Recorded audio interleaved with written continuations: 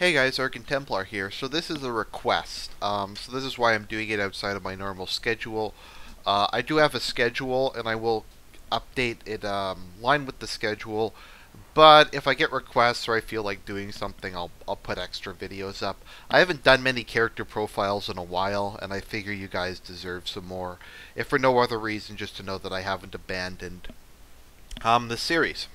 There's just been a lot of movies I've seen, and there's been a lot of political stuff that's been going on, and other things in my life.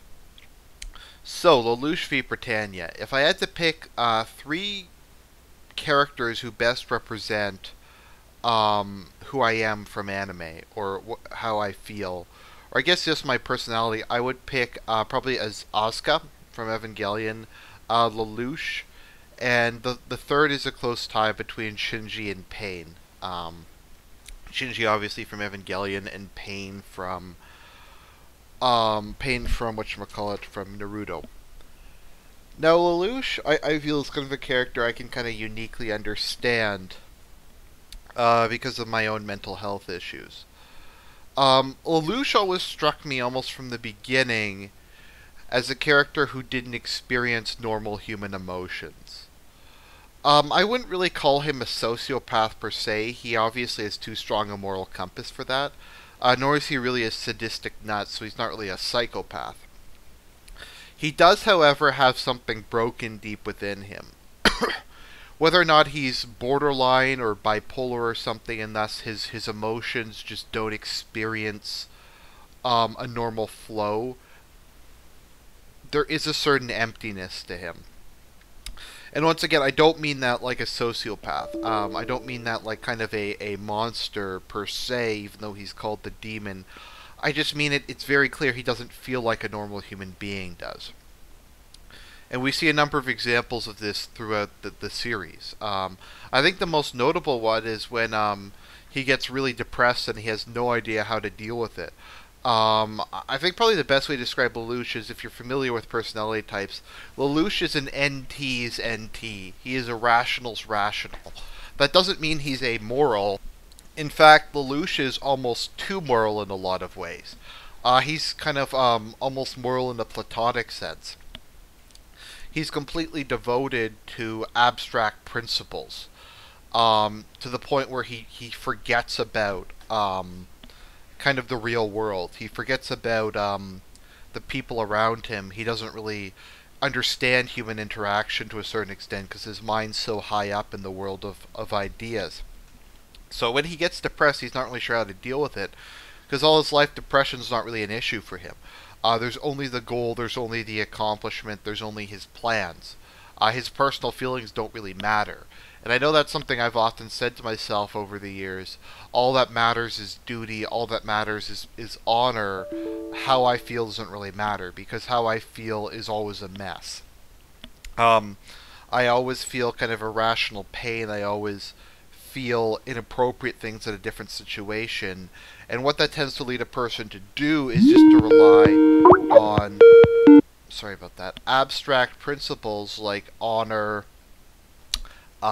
like, I guess just morals, to have kind of idealism. Because if you can't feel normally, like if when you're talking to someone, you might just feel randomly depressed or randomly happy, and it's completely inappropriate for the situation. You try to find something a bit more, shall we say, eternal to focus on. And for Lelouch, there's a variety of different ones he picks over the series. Eventually, it's peace.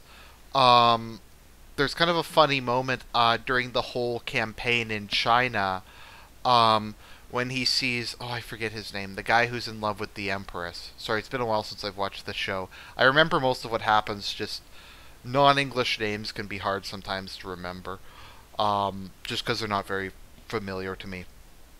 I forget, whoever the guy is who's the Empress's bodyguard, and he sees how hard the man's fighting out of his love for the Empress, and he just kind of has this almost autistic moment where he's like, ah yes, love. Love is a great power. Therefore I will fight for love now. And he's more or less incapable of really feeling it himself. That doesn't mean he doesn't understand the concept of love. That doesn't mean he doesn't value it. but his emotions just don't work like another person. So he's kind of aware that he loves his sister. In fact, he's willing to die for his sister and for her happiness. That's how deep his love for her goes. But he clearly doesn't feel it like a normal person. So getting back to what I was going to say, in terms of Kalen, when he's depressed because he doesn't really know what to do when he's depressed because all his life, all that matters is the goal. His personal happiness is kind of irrelevant. He's about to take drugs and Kalen stops him, and he's just like, Kalen, I understand that women can comfort men. I want you to comfort me as a woman. Because he just doesn't have a normal sex drive or normal emotions. I think people might think, oh, Lelouch is gay or bisexual or something. I don't really think that. I just don't think he experiences interaction with other human beings the way most people do. So he might be vaguely aware of that he's attracted to women. He might even have sexual desires, but they feel completely foreign and alien to him in his completely rationalistic, idealistic mind. So almost to a certain extent, he's like, well, I'm a man and she's a woman, and I suppose I'm in love with her, so I suppose we should do whatever it is people do when they're in love.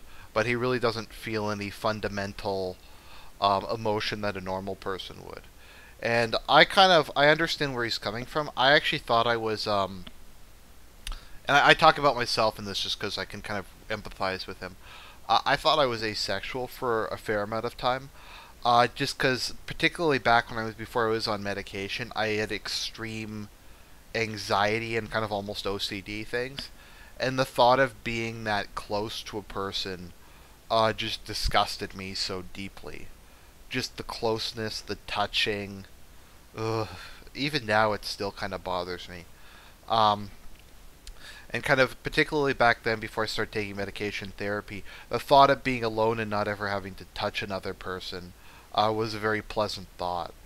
And to a certain extent, I think Lelouch probably has something kind of like that, where he just has such kind of conflicted, deep emotions. He either represses them, or he just doesn't really feel them in a normal fashion.